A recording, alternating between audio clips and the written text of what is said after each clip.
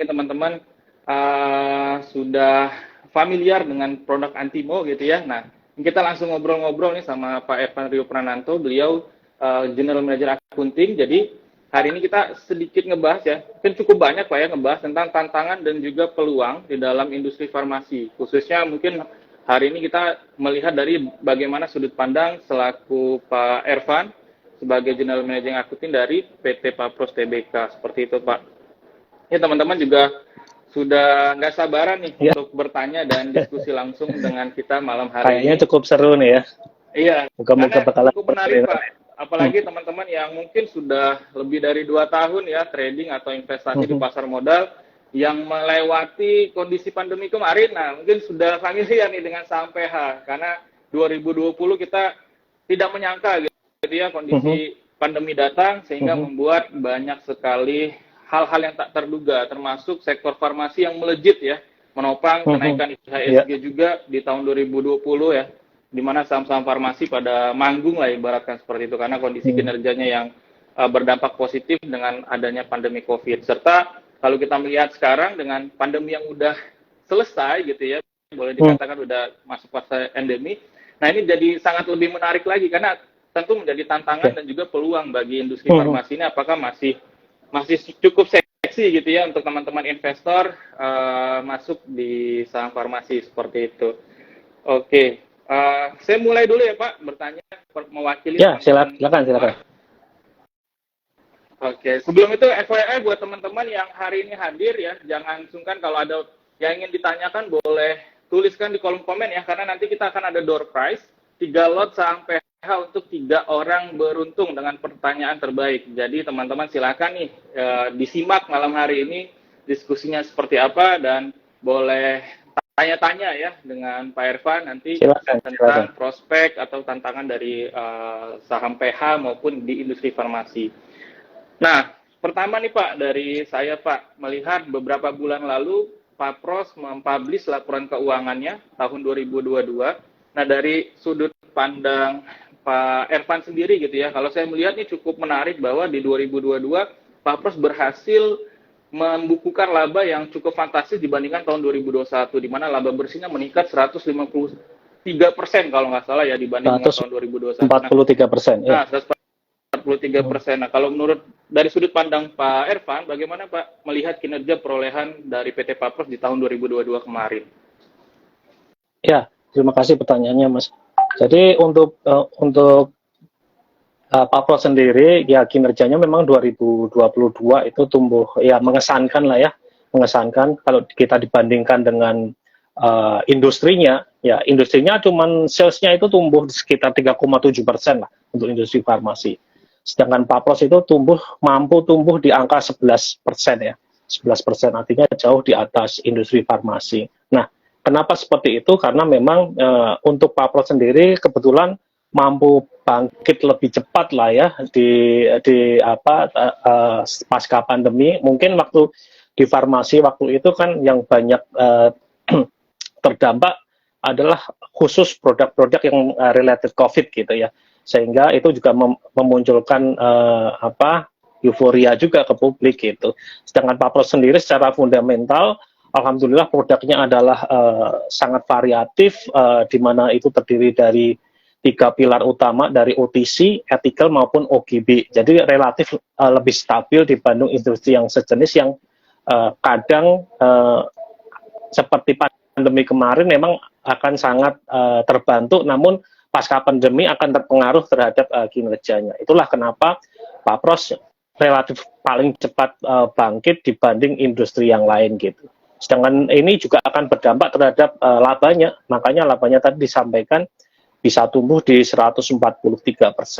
Itulah salah satu faktor kenapa Papros ini kinerjanya sangat mengesankan. Gitu. Oke, baik. Jadi luar biasa sekali ya Pak ya bahwa Papros ini nggak cuman satu produk aja, nggak cuma satu jenis produk farmasi, tapi tadi terdiversifikasi dengan berbagai macam jenis obat, berbagai macam jenis kebutuhan di sektor farmasi seperti itu. Sehingga ya mungkin walaupun dari sisi pandeminya sudah selesai, tapi kebutuhan akan kebutuhan di industri farmasinya masih bisa diakses atau masih bisa disuplai oleh PT Papros itu sendiri. Sehingga di tahun 2022 kemarin secara kinerja keuangan ya PT Papros masih membukukan laba yang positif, bahkan bertumbuh luar biasa dibandingkan tahun 2021. Ya, nah, mungkin kalau sebagai tambahan Mas Firman, ya sebagai tambahan saja, kalau di Papros ini kan produknya seperti kalau di ini ya pasar modal itu produknya adalah seperti reksadana gitu. Jadi banyak sekali gitu. Jadi tidak hanya di satu saham saja, tapi ada obligasinya di situ. Gitu. Seperti itulah kira-kira gambaran. Ada banyak pilihannya begitu. Iya. Lain produknya Papros. Oke, bahkan saya juga kemarin iseng-iseng Pak, coba cek di marketplace, ternyata Papros juga di marketplace juga luar biasa, main di sektor retail juga luar biasa pertumbuhan dari dan official dan official. Iya, betul seperti itu. Oke Pak, kalau mengingat sekarang nih Pak udah mulai masuk semester pertama gitu ya Pak. Kalau dari sudut pandang Pak Ervan sendiri gimana nih lebih ke arah pengaruh gitu ya dari tahun kemarin yang labanya cukup besar gitu terhadap dengan kemungkinan atau pengaruh di semester kedua nanti gitu, mengingat ya artinya Papros juga pasti kan ingin terus bertumbuh dari sisi kinerja dan sebagainya. Apakah di 2023 ini dengan kondisi global sekarang juga berdampak nih terhadap PT Papros atau seperti apa Pak untuk di semester kedua nanti pandangannya seperti apa? Ya. Untuk spesifik Papros sendiri, gambaran di semester 2-nya memang kita targetkan untuk tumbuh ya, hanya saja memang besaran pertumbuhannya seperti apa, memang tidak akan sebesar tahun lalu gitu, katakanlah 2 digit kita akan tetap ditumbuh mengikuti tren pasar, bahkan akan lebih dari rata-rata industri farmasi, tapi gambaran kita adalah seperti itu Mas, kita akan konstan tumbuh gitu di semester 2 ya nanti ya. Papros juga tetap konsisten Pak ya, ingin bisa melakukan pertumbuhan gitu dari sisi kinerja. Kemudian Pak, kalau kita masuk ke topik hari ini tuh tantangan nih Pak, tantangan dan juga peluang, karena 2023 ini kata orang ya tahun yang gelap gitu ya bagi berbagai macam sektor.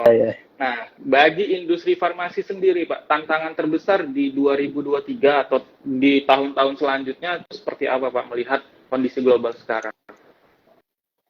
Ya mungkin saya bicara lingkup nasional gitu ya, industri farmasi nasional gitu. Ini karena pasti akan sangat berbeda dengan industri farmasi di global gitu. Kalau di industri farmasi nasional sekitar 90% merupakan bahan bakunya adalah dari impor gitu. Jadi 90% bahan baku yang aktif industri farmasi itu kan dari impor. Dari negara-negara Eropa seperti dari Italia gitu ya, Amerika. Kemudian ada juga dari Cina, India, yang Asia seperti itu.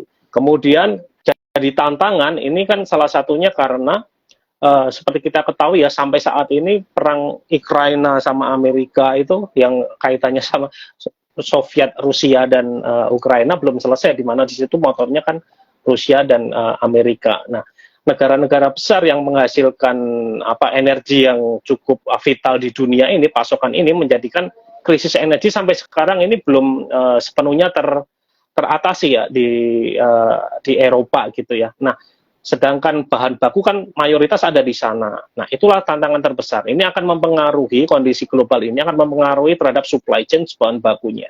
Ya, bahan baku farmasi kan supply chain-nya akan terganggu memang. Hanya saja ini kan sudah tahun 2023 nih, ya.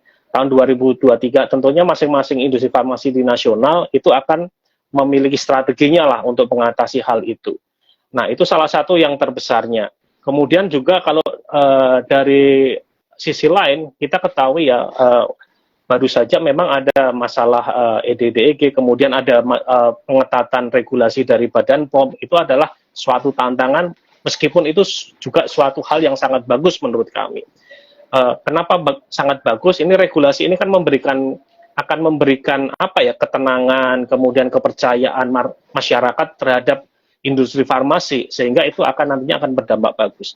Kemudian tantangan berikutnya adalah pemain di industri farmasi ini sangat besar, Mas. Sangat banyak pemainnya, ada sekitar 200-an lebih, sehingga pasarnya sangat terfragmentasi, dan disitulah muncul kompetisi yang luar biasa. Apalagi untuk sekarang ya, di pasar pemerintah, di mana salah satunya Papres juga cukup pemain besar yang ada di situ gitu.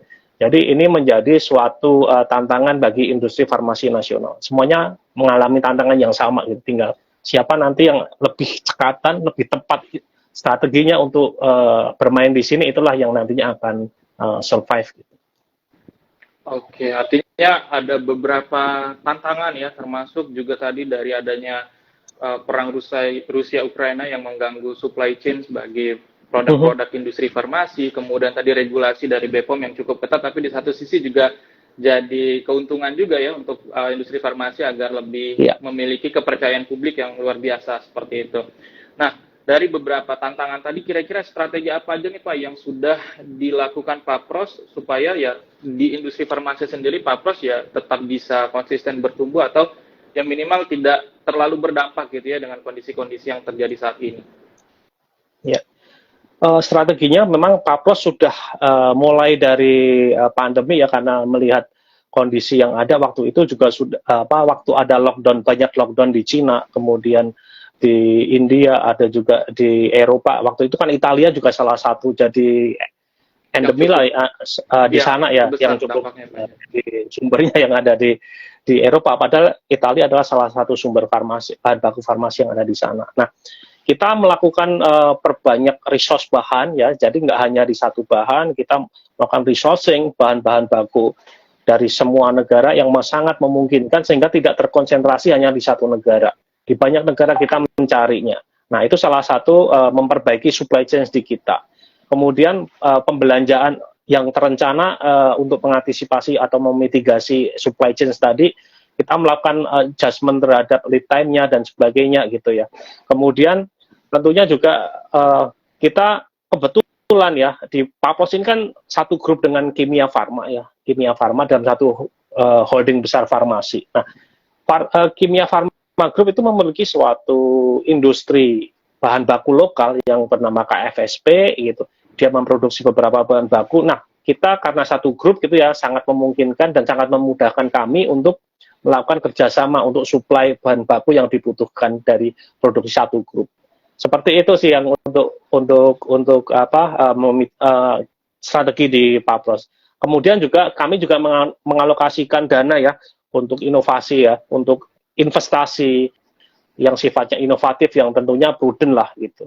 Untuk mengembangkan, kita selalu mengembangkan produk-produk baru yang inovatif dalam industri farmasi. Itulah salah satu kuncinya untuk kita bisa memenangkan persaingan.